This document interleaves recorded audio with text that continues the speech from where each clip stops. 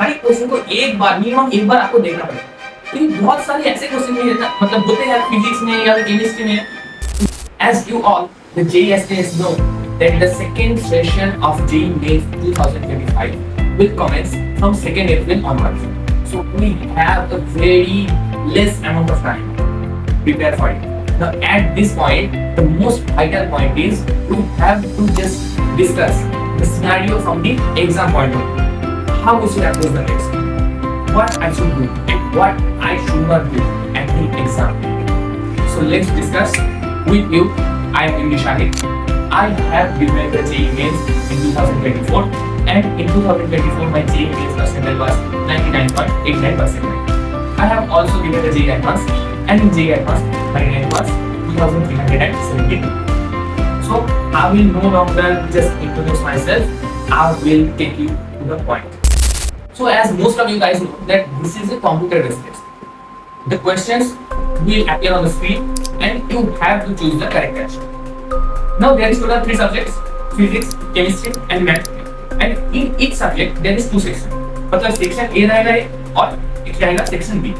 Section A में रहेगा 20 multiple choice questions और सेक्शन B में क्या रहेगा 5 क्वेश्चन जिसका आंसर आपको कैलकुलेशन करके देना है. Now from the 2024 JEE Mains and in the 2025 JEE Mains there is difference that हमारे वक्त क्या था, वो जो सेक्शन बी है ना वहाँ पर हमारे पास 10 क्वेश्चन था और उस पे हम ऑल्टरनेट करके चूज कर सकते हैं 5 क्वेश्चन और वो 5 क्वेश्चन हम आंसर करते हैं. पर आपके वक्त क्या है, आपको वो पांचों क्वेश्चन में पांचों क्वेश्चन आपको अटेम्प्ट करना है. Now there is a good point and bad point about it. Bad point क्या है, हमारे पास 10 क्वेश्चन है तो हमारे पास क्या है ऑल्टरनेट. आपके पास कोई ऑल्टरनेटिव नहीं, वो पांचों क्वेश्चंस का ही मार्क्स आपको देना पड़ेगा और उन पांचों क्वेश्चन का मार्क्स ही निकालना पड़ेगा. और एक गुड पॉइंट क्या है, हमारे वक्त जब 10 क्वेश्चन था तो हमको क्या करना पड़ता था, 10 क्वेश्चन ही पढ़ना पड़ता था. तो there is a time needed to read all of the 10 questions in each subject. But you guys only have the 5 questions only, so there you should need a very less amount of time to read the 5 questions. Okay, so this is a good point. आपको ये अपनी good point उधर ही लेना चाहिए क्योंकि take it positive, don't take it negative, right. Now exam को कैसे हम अप्रोच करें, ये जो तीनों सब्जेक्ट है ना फिजिक्स, केमिस्ट्री और मैथमेटिक्स, आपका दिमाग में ये रहना चाहिए कि आप स्टार्ट करेंगे आपका स्ट्रेंथ पॉइंट से, not from your weak point. You will start. क्या बोल रहा हूँ, किसी स्टूडेंट को फिजिक्स बहुत अच्छा लगता है, most of the students have the chemistry as their strength point and in very few amount of students they like mathematics to start the exam. Now आप आपके strength point से start करो. Why do you feel comfortable? You start with that subject only. Don't just think about the rumors that हमको chemistry से start करना है, physics से start करना है, math से start करना है. Not this way. आपका जो comfortable area है सबसे, वहाँ से आप start करें. Okay? Now let you have started your question paper from subject mathematics. Now mathematics से आप start किए. पहले आप क्या करेंगे? Now you should first do the section B questions. Please go to the section B at the first time. Please, because in section B आपको हर एक question का आंसर कैलकुलेट करना पड़ेगा. कैलकुलेट करने के लिए टाइम लगता है, पढ़ने के लिए टाइम लगता है और कैलकुलेट करने के बाद जो आंसर मिल रहा है वो आंसर आपको क्या लग रहा है, क्या सही हो सकता है या फिर कुछ क्वेश्चन का आंसर ऐसा होता है ना कि हमारा गट फीलिंग होता है इस आंसर को नहीं हो सकता. तो उसके लिए आपको एक प्रॉपर टाइम देना पड़ेगा. और ये जो कैलकुलेशन वाला पार्ट है ना, ये आपको एकदम स्टेडी माइंड में करना है. क्या हुई तो उस सिनेरियो क्या हो सकता है, आपके पास सिर्फ 1 घंटा है और आपके पास क्वेश्चन है 25. You have to do this subject physics और केमिस्ट्री. तो वहां पर क्या होता, जो कैलकुलेशन वाला पार्ट है ना, वो जब आप करने जाते हो तो उस स्ट्रेस में उस टाइम इजी क्वेश्चन आप नहीं कर पाते हो. Most of the silly mistakes is done in that stress only. So मैं बोलता हूँ आप सेक्शन बी से क्वेश्चन स्टार्ट कीजिए. मतलब कैसे आप क्वेश्चन को स्टार्ट करेंगे, मैथ से. मतलब I will suggest you to start from math because math is purely calculative and math का जो सेक्शन भी है ना वो टफ भी कुछ हो सकता है या फिर इजी भी कुछ हो सकता है.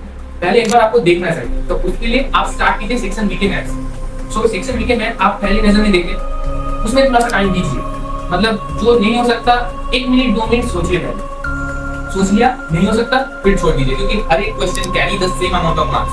Either it will be MCQ or it is the calculated part. So एक क्वेश्चन के लिए आपका रैंकिंग, आपका ये सिलेक्शन नहीं रुकेगा, तो you can not do it, it is normal, leave the question. Okay, तो सेक्शन बी से ऐसे स्टार्ट कीजिए, आप जो क्वेश्चन आप जानते हो वो क्वेश्चन कैलकुलेट करिए। तो मैथ हो गया, उसके बाद मैथ के बाद आगे आइए आप जिसमें कंफर्टेबल हो, फिजिक्स हो सकता है या फिर केमिस्ट्री हो सकता है। केमिस्ट्री में आइए, केमिस्ट्री में भी सेक्शन बी पहले, सेक्शन बी कर लिए, और उसके बाद फिजिक्स आए, फिजिक्स में सेक्शन बी, तो तीनों का सेक्शन बी हो। इसके लिए आपको टाइम लेना चाहिए 30 to 45 मिनट्स, उसके अंदर सेक्शन बी आपका पूरा कंप्लीट हो जाता है। उसके बाद you have relief of the stage that I have done the calculative part, now I have only do the MCQ sections. Yes, in MCQ section सबसे बड़ा आपका प्लस पॉइंट क्या है? उसका जो आंसर है वो लिखा हुआ है, आपको सिर्फ सोचना पड़ेगा कौन सा राइट आंसर। तो इसमें अगर आप लास्ट में अगर जब आपका स्ट्रेस अगर बढ़ ही जाए उस सिनेरियो पे, तो आप क्या कर सकते हो कि मुझे लग रहा है ये आंसर होगा, चलिए आंसर दे दीजिए। लास्ट में लग रहा है लॉजिकली आप सोच रहे हो, फिक्स लगा के सोच रहे हो कि अरे इसका आंसर तो ये तीनों नहीं हो सकता, तो एलिमिनेशन करके आप एक आंसर को चूज कर सकते हो। तो वो लास्ट टाइम में आप एमसीक्यू में कर सकते हो, पर सेक्शन बी में या कभी नहीं कर सकते। तो section be doing at the first time is the most important. Now जब आप ये एमसीक्यू सब कर रहे हो, आपका मेन मोटो क्या होना चाहिए कि आप हर एक क्वेश्चन को एक बार, मिनिमम एक बार देखेंगे। मतलब मान लेते हैं कि आप एक सब्जेक्ट का एक टॉपिक में बहुत अच्छा खासा ज्ञान ला के हो, मतलब हर एक पीआईक्यू प्रैक्टिस किए हो, हर एक कॉन्सेप्ट आपका एकदम उंगली में है, पर फिर भी ये बहुत ही कॉमन है कि उस चैप्टर से जो क्वेश्चन आता है ना वो इतना ट्रिकी है, कोई भी क्वेश्चन, कोई भी स्टूडेंट वो सॉल्व नहीं कर पाता। So in this situation you don't worry about that question, you have all the rest of the questions that will give you the same amount of marks। ये नहीं कि वो क्वेश्चन अगर आप कर लिए वो ट्रिकी क्वेश्चन तो आपको ज्यादा मार्क्स मिलेगा, ये क्वेश्चन आप नहीं कर पाए तो आपका रैंक डिक्रीज हो जाएगा। नहीं, आपको ज्यादा से ज्यादा क्वेश्चन अटेम्प्ट करना है, मतलब हर एक क्वेश्चन जिसका आंसर राइट हो। रॉन्ग क्वेश्चन ऑब्वियसली नहीं अटेम्प्ट करना है, जो आप जानते हो। अब क्या लगा रहा है ये कोई अच्छी चॉइस यही है कि वक्त रहते इंसान सतर्क होकर अपने जज्बात को काबू में रखकर अपने कदम पीछे हटा ले।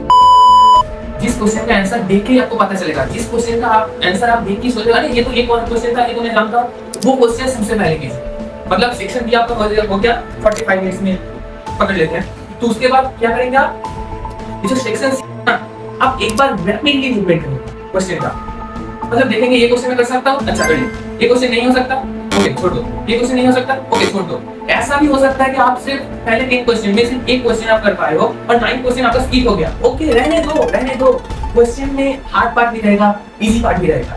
हो सकता है कि केमिस्ट्री क्वेश्चन बहुत ही हार्ड हो गया है, chemistry question most of the students they have the state one the chemistry.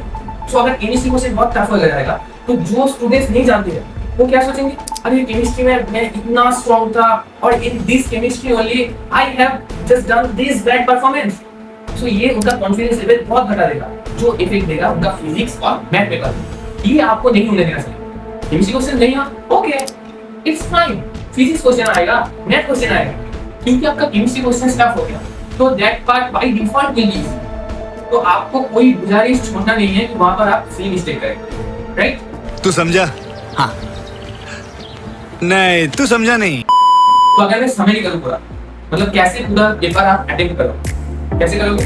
पहले करोगे सेक्शन की तीनों सब्जेक्ट का पूरा। तो आपको पहले आपका कंफर्टेबल जोन से स्टार्ट करना है, उसका सेक्शन भी हो गया, उसके बाद वाले कंफर्टेबल जो सब्जेक्ट है वहां पर जाएंगे, सेक्शन भी हो गया, और जब लास्ट सब्जेक्ट उसका सेक्शन भी हो गया।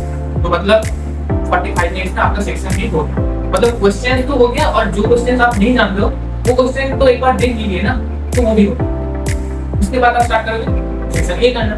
सेक्शन ए में आपका पहला फोकस रहेगा, मैं जो पहले भी बोला हूँ कि हर एक क्वेश्चन को हम एक बार देखेंगे जरूर, मतलब किसी को भी हम नहीं देख के छोड़ देंगे ऐसा मत होने देना, प्लीज।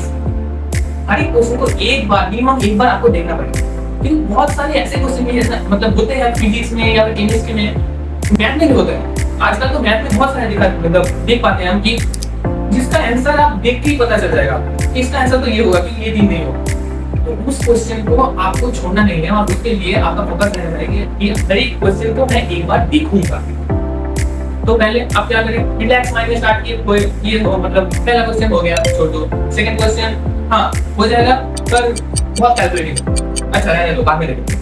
थर्ड क्वेश्चन नहीं होगा, अच्छा फोर्थ क्वेश्चन नहीं हो रहा, छोड़ दो। फिफ्थ क्वेश्चन चलो, सिक्स्थ क्वेश्चन चलो। तो जब आप एक अच्छी स्टार्ट करेंगे ना, तो आपका ये कॉन्फिडेंस बूस्टर होगा और उसके बाद जो क्वेश्चन आपको पहले लग रहा था कि आप नहीं कर पाए थे, वो क्वेश्चन आप देखेंगे कि मैजिकल वो ही सॉल्व हो रहा है। So in this way, you should approach the main exam, and I will just confirm you that if you follow this way ना, मैंने ये बात ही फॉलो किया और उसके बाद मेरा रिजल्ट ने बोला कि ये इफेक्ट कितना इफेक्टिव है। I have got 99.89 percentile. Literally, I was just awestruck at my performance because I was a medical just aspirant, and in JEE means I have done this type of great achievement.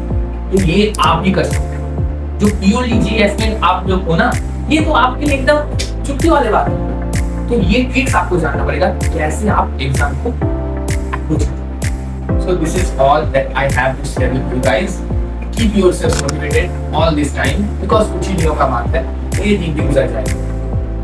Keep learning, और ये जो आपका ये exam है ना, ये है एक रेस अगेंस्ट द टाइम। तो आपको टाइम को हराना पड़ेगा, टाइम के साथ लूज नहीं होना है।